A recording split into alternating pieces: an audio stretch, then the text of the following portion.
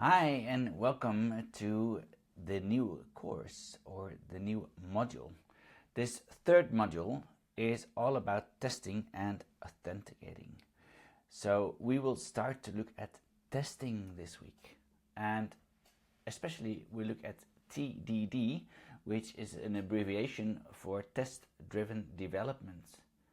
And test-driven development is a way to write code that keeps our brain focused and our code cleaner. That sounds lovely, doesn't it? So TDD is what we're gonna work with, test-driven development. Now, if we look at our coding roller coaster that we're on, it's up and it's down, we feel good, we feel bad. And basically when we're coding, we have so many ideas at once. And we're writing functions, and then sometimes we forget what we should fix or what we are fixing. So basically we get lost in the coding jungle, and sometimes we're debugging for hours, maybe even days. Very frustrating sometimes, but sometimes it's really a lot of fun as well. So then, well, why am I saying that? Well, because TDD will help us, okay? It's like building a Lego set with instructions instead of guessing, instead of getting all these pieces of Lego and is like a final picture, like this is what you should build. This time we will get the instructions, okay? You are setting your instructions and then building it. If you're thinking of Lego, break it down, okay? Maybe we are going to build, like you should build a car, and then you should build a house, and then you should build a garage, and then maybe we should say, okay, well, we're just looking at the car, okay, and let's just look at the engine, and then build instructions for the engine, and make sure that that one works, and then we move on. So you start very, very, very small, and then slowly you build it up, okay? And we do that with the test-driven development by writing tests, very simple tests first, and we want it to fail, okay? So red light, stop, it fails, it doesn't work. Then the next step then is we're trying with the minimum amount of code is to make this test pass, okay? So we get a green light. And then we want to refactor. Yeah, we want to clean it up. Maybe we want to repeat it. So it just gets better and better. So red light, green light, refactor. Fail, pass, refactor, and so on. Now, why do we then like TDD so much, test-driven development? Well, as I'm saying, we do one tiny goal at a time. This means that we see progress faster, yeah, and that means we feel successful. We feel like we're good. We're making codes test pass, which is dopamine. It's a good feeling, a happy feeling. Also, we do not forget what we are doing. We're not just lost in this big jungle of code. And we avoid big scary bugs later on, okay? So if I just move myself down here, or to the left, so you can see here, it's like having mini quests. We're on a quest, on a mission in our coding game. Great. Then when we look at the loop, yeah, we can think of the traffic lights, red, green, red, green. So red is where we write our tests and we make it fail. Then we go to green. We write the code that goes with the test and we try to make it pass. And then we refactor. We tidy up. We start again. Again, little loops, steady progress. Here's an example of a test. And we're using Jest for our testing. And if I pull it up, you can see right here, it's jest.js.io, and it says here, Jest is a delightful JavaScript testing framework with a focus on simplicity. It works with projects using Babel, TypeScript, Node, React, Angular, Vue, and more. So Jest is what we are going to work with right now. And here we have something here. We have imported a function from a file called add.js or ts. And then we're going to write down test. And this first part here, says what we are testing. So this test adds 2 numbers. And then we have a comma here and a function. And the function here, in this syntax here, in this code block, it says here what we are expecting. So we are expecting this function here to come in. We add these 2 parameters, 2 and 3, and we expect this then to be 5. Okay, so the function should say something like add 2 plus 3 and then return the answer, because then indeed it will be 5. Now if we do not have this function written yet, this will be failing. Okay, so you can now say here it fails at the moment because we haven't made this function yet, the add function in the add.js file. And that is good. We want a fail. So the next step then is to make it pass, right? Red, fail, green, pass. So we create this file called add.js. We write down export const add, and because we do not write default, we need to put it in these curly braces, because of course we can export several variables. And here, this variable, which is a function, takes in 2 parameters, a, which is a number, b, which is a number. It will return a number, and what it does, it returns a plus b. And if we look at the previous one here, a is 2 and b is 3. So 2 plus 3 equals 5. Now, when we run the test again, we will get green light. Boom. Tiny win, dopamine unlocked. We feel good, we feel successful. Awesome. Then the next step is to refactor. Can we make our function here better? Okay, can we improve this? If not, fine, leave it. Like this is only 2 lines, right? We do not have to refactor it. But if you can, always look at your function. Can I make it better? Can I refactor it? Here's another example. So we want a function that reverses a string.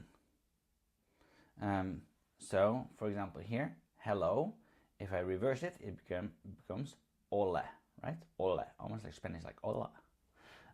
Now first we write test, and then we have these 2 brackets here, and in here first we say what does it test. Okay, well this test reverses a string, then comma, and we get this function here. And in the code block here, we're going to say what we expect from the test. Well, we expect here, and then we have the function here that we would import called reverse. We're going to pass in this argument here, which says hello, and then we want back from the function something that looks like this. Okay, hola. So we want the function that's coming in to reverse this string. Now, if we haven't created this reverse function yet, the test will fail, which is good. Okay, it's good. Then we will create this function here. So I've got this variable here. We're going to export it, and this is the function that is connected to this variable. So it takes in the string of type string and returns a string. So what it does here in this code block here is it returns string, and it's splitting up every letter and reverses it, and then it puts it back. Then when we test it again, bam, it passes. Okay, so we've got a working function and a safety net. Brilliant. Then can we refactor this, yes or no? If not, move on. But most of the time, of course, these are simple functions, but very quickly you get into complicated functions, more in depth, and of course then you can very often refactor them, make them look better, shorter code, etc. So why is TDD, test-driven development, awesome for developers? Well, first of all, you always know what to do next. You get wins, you get fast wins. You write better code without chaos. Just going to move myself to the other side. Whoop. You can stop anytime and come back easily. And it's coding with bumpers on the lane. Basically, test-driven development helps your brain focus, okay? Small things, small wins at a time. Now, let's practice this together. And we're going to do that with, and I'm going to move myself back for a second, because I like this corner here. So, with a website called Cyber Dojo. And I'm going to move it in here.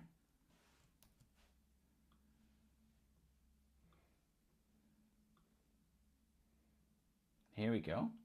So cyber-dojo.org. And we'll get here.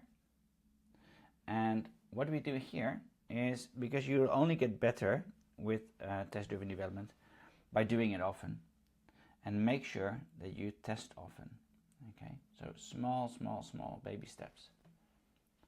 What we can do here is we can do peer programming, or we can do it alone. And right now I'm just going to show you one example. So I'm saying I'm going to create a new practice, and it could be that I have been working on one before. Then I can click on enter an existing practice and enter a code. You can see that here. I need to enter a code. But I'm going to create a new practice here, and I can choose the exercises that I want. And I want to play around with this fizz buzz. So there's lots of different ones. And I want to play with fizz buzz. And what it says here, it says write a program that prints the number from 1 to 100. But for multiples of 3, print fizz instead of the number. So it would be 1, 2, fizz, because 3 is a multiple of 3, of course. 3, 6, 9, 12, 15, 18, 21, and so on. So 1, 2, fizz. 4, 5, fizz. 7, 8, fizz. 10, 11, fizz. See?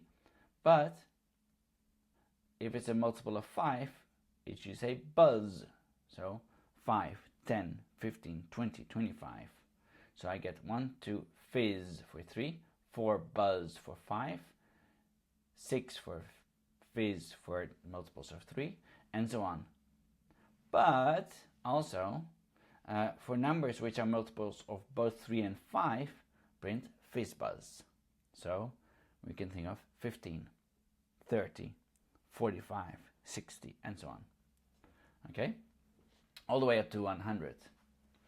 So we want to write a program that prints the numbers, and basically we want a sample output, something like this. Then I'm going to click next. And here I can choose the language and the test framework I want to work with. Okay, so you can choose if you want to play around with any of these other languages. Any of these. Okay, right now I just want to play around with this one here, JavaScript. Okay, it will do for now. You can play around with the TypeScript version if you want. For now, I'm going to look at the JavaScript with Jest here. And here, I can choose whether it's an ensemble. We're going to practice together, but this is recorded, so I can just play solo for now. But here, then, if we do it together and we all take turns on the same file, that's one option. Then there's this classroom where I will give you a code and you all use the same code. And we're going to do some peer programming. So we'll be doing something like that probably. And you can be working on your own. So I will press solo for now. And here's that code. So I'm just going to copy this code in case I want to get back to it in the future. And I'm going to save that. So I've done that now. And I click OK. Now I get to this next step here. It says version control. And you saw that we were discussing this before. Red, green. Okay. So red says fail. It's if I haven't created the function, for example, yet. And green is pass. And then amber, the yellow one here, says the test did not run. So maybe there's a compiling error. Click any traffic light to revert back to its files. Review its files, or fork a new exercise from its files. In a group practice, you can also review other avatars' files and make their files your files. Now, what you see up here now is basically it's a version control. So we are now here in the beginning, and then there will be traffic lights moving on and on and on and on and on. And we can press test here. So if I do that now, then you can see that there's a fail here. Okay, and why is that? We have two files here, a hiker and a hiker.test. And what it says here is, you saw here, well, first it describes it here. So these tests describe an answer here. First of all, what do I want to do here is to live the life, to live the universe and everything. And we expect the answer that's coming in to equal 42.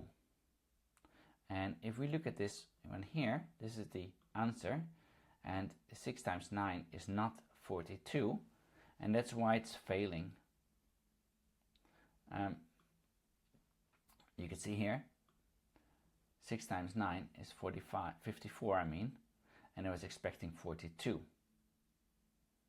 So we had a fail. So to make this test pass, we should change this to 6 times 7, because then it equals 42 as it is expecting.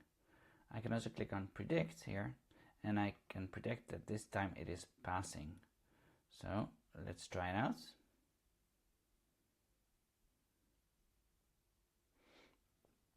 And we can see here that we have a green light and a correct guess. Okay, so and one pass here. We can see that. Brilliant. Now, this here has nothing to do with our task here. So the next thing we can do is play around with these ones. Let's start by renaming this to FizzBuzz. And also this file should be named FizzBuzz. And we should name this FizzBuzz. Let's see if the rest still works. So I'm just going to say that this is still going to be green, and I'm going to test this. Just checking that we don't have an error already. And we do have a pass. Okay, so that's great. Then we need to start simple. Okay, so what do we want to do is with the numbers, the minimum thing we want to do is to get back the number. Let's get it back as a string. Okay, so we want the number 1 to come back as a 1, 2 as a 2, but they're all going to be strings. So it's going to iterate over the numbers and it's going to give me a number back, or an integer. It's going to iterate over the integers and going to give me a number back. So let's do that. And let's change this here then. So I'm going to say here, it should return a number for an integer. And I'm expecting the answer that's coming back from here to equal, and I'm just going to hard code these now. So let's say 2, and I'm also sending 2 here. But I don't like the word answer here, so I'm going to change that to. So here I'm going to say fizzbuzz. So this function here now, I'm importing that, fizzbuzz, and I'm using this here, fizzbuzz, like so. Now here I wanted to return an empty string, and not this. I want the number as a string back here. So I'm going to send the integer 2 and get the number string back here. So I think this is going to be failing because this is returning nothing. Let's try it out.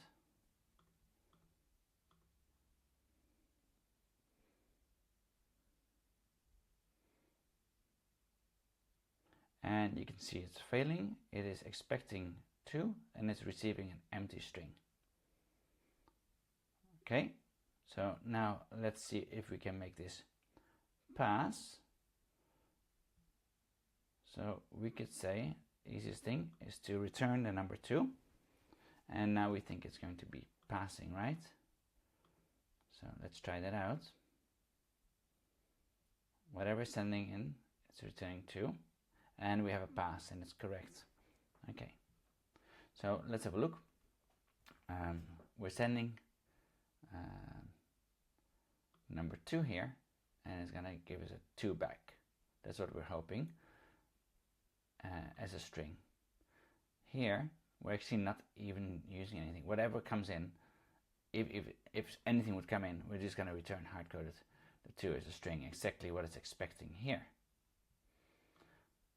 Now we have red, green. Now let's refactor, and I actually want to write this as const fizzbuzz and then an arrow function, because I like that more. Oh, I did not mean to do that. And now what I can do is I'm gonna get the parameter in here, and I'm going to return. And in this case, I'm going to say I want it with the number that's coming in. I want to change this to string. And the nice thing is that it's not helping us with the syntax, so it's going to be a little bit harder that way. Here, and now I think it's still going to be correct. Let's just check this. Okay, so now we refactored it a little bit, and let's test it again.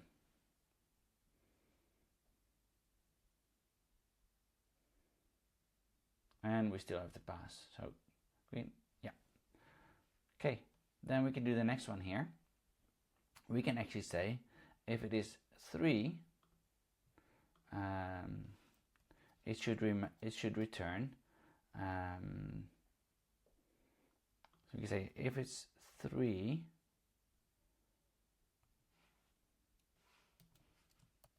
let's actually create a new test for that. Okay, so we just copy this there, and we can say it should return. In this case, we can say it should return fizz for 3.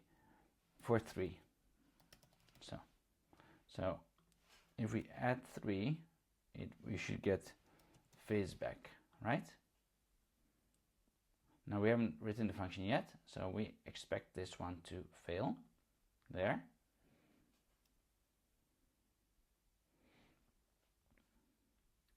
And what you can see here is that it is a fail here.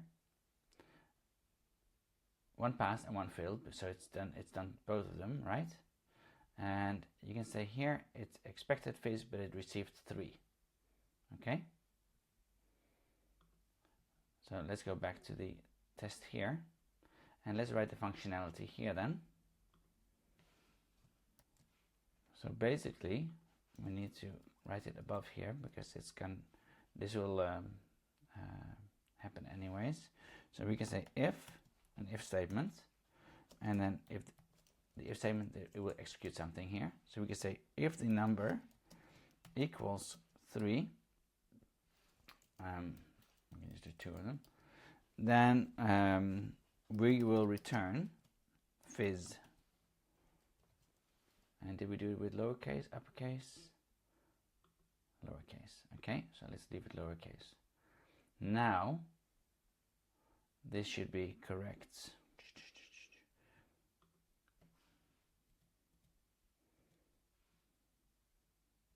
Yeah, okay. So I'm going to say green. And let's see if we get a green one here. Yes. Okay, that's great. If you look at this, there's in our function there's 2 returns, which is not very nice, but right now it's just 3 lines, so we're going to leave it. If it's multiple lines, it's really bad if you have multiple returns because it's going to be so hard to read. Okay, we continue with the 5 then. We said 5, it should be buzz. So 4, 5, 5. So if it's 5, it should say buzz. And now it should fail because we haven't written the functionality yet. So we should see a red one here. Yep, correct. And you can see here, it's expected buzz, but it received 5. So we can write here. Copy that, cheating a bit, but that's okay. If it's 5, it should say buzz. And was it also lowercase? Yeah. So now again, I think it's going to be correct.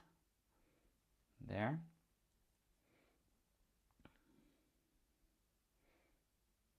And yes, we have 3 passes. And you can see that up here too. Cool. Okay, let's move on. We can see how these are baby steps here. And we can say we can do 15 because that is divided by 3 and 5. So there will be fizz and buzz. And then I enter 15 here. It should fail again.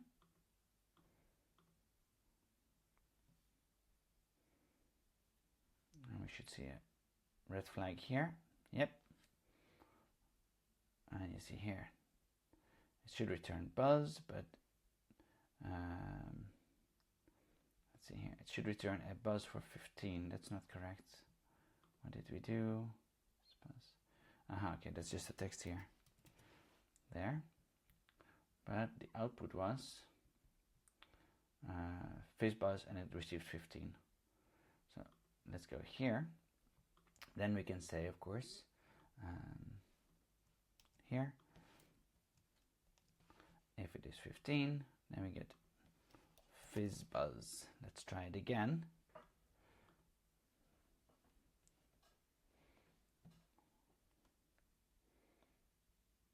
And now we have all passes. This is really ugly right now, so let's refactor this for a minute. Now what we do, I'm actually going to leave the returns there, but what we can say here is if the number so if the number divides by 3 and has no remainder, then we get this. if the number, if it is divided by 15, it has no remainder, or 5. If it divides by 15, and this 0, then it returns fizzbuzz like that. Oh, I didn't mean to do that. There. And we should put this here, this line here at the top. Otherwise you would never reach it. Because if you divide it by 3 or by 5, it already stops there. There. Let's try this out and see if this is still green.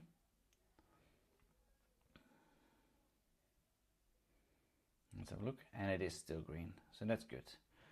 Okay, but we still haven't completed the test. We know, because we wanted to iterate all the way up to 100. So let's do that in here. So first of all, I'm going to write this here. So this testing here describes that the fizzbuzz for the numbers 1 to 100. That's what these testing describe. Then before we test, I'm going to do a for loop because I wanted to test it for the numbers 1 to 100.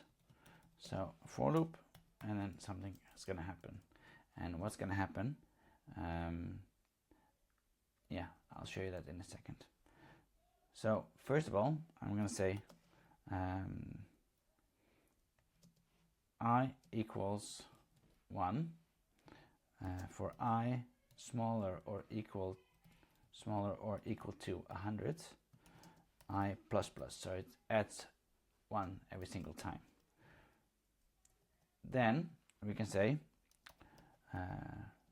const, and I'm going to say what I'm expecting here. We're going to say if I divide it by 15 and it equals 0,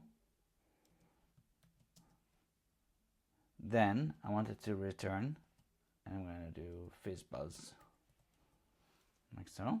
Maybe I can even do, or I can even say here, fizz, like this. So I know it's exactly the same, which I think it is, right? There. Otherwise, if I can divide it by 5, and the remainder is 0, then I want it to return buzz. Otherwise, no, I'm not doing this right. I should say, these are already declared, so I can't declare them again. I can say const expected, like this. And if I is divided by 3 equals 0, then I get fizz. Otherwise, all I want to get is the string back. So these ones here, what I can do is I can comment them out.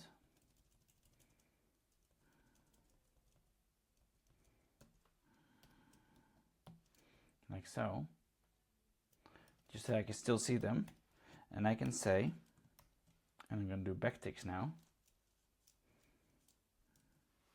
it should return, and then I'm going to use expected for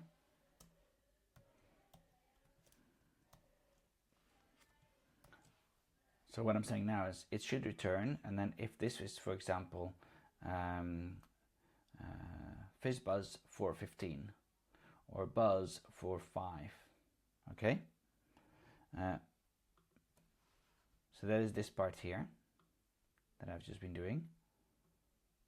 And now I should also do the because I've not there. Now I should do the function there,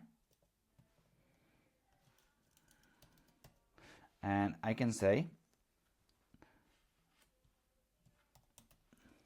expect, just like I've done here, and I'm going to do fizz buzz just like I did before, and I'm going to pass in the I, and I want this to equal, just like I did before, and then I should type in here expected.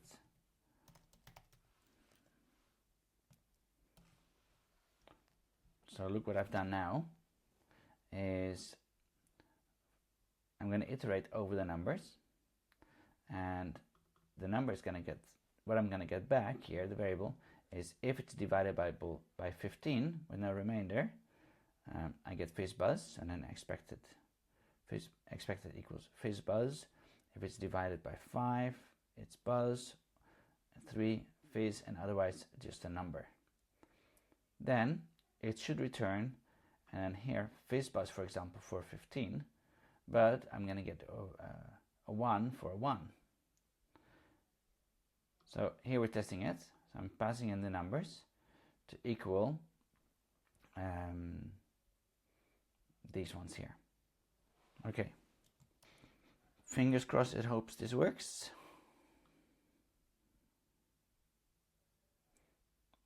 Otherwise we need to see what the errors are. Let's see. Oh, and we get a compile error, so we need to check this out. What is going on here?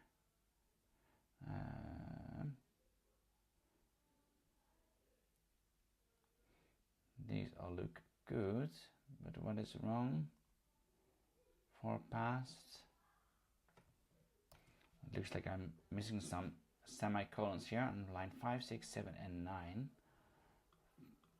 So 5, 6, 7, and 9. Let's see if that did the trick then. And you see, by the way, I guessed wrong, right? There's an X here. Now let's try it again. Let's see if we're luckier this time, if it was just semicolons or not. Yes, there we go. So this was just a short introduction on how to use Cyber Dojo and how to get started with TDD, test-driven development. We will continue in the next lesson. I hope you enjoyed this video and enjoy your homework. Bye.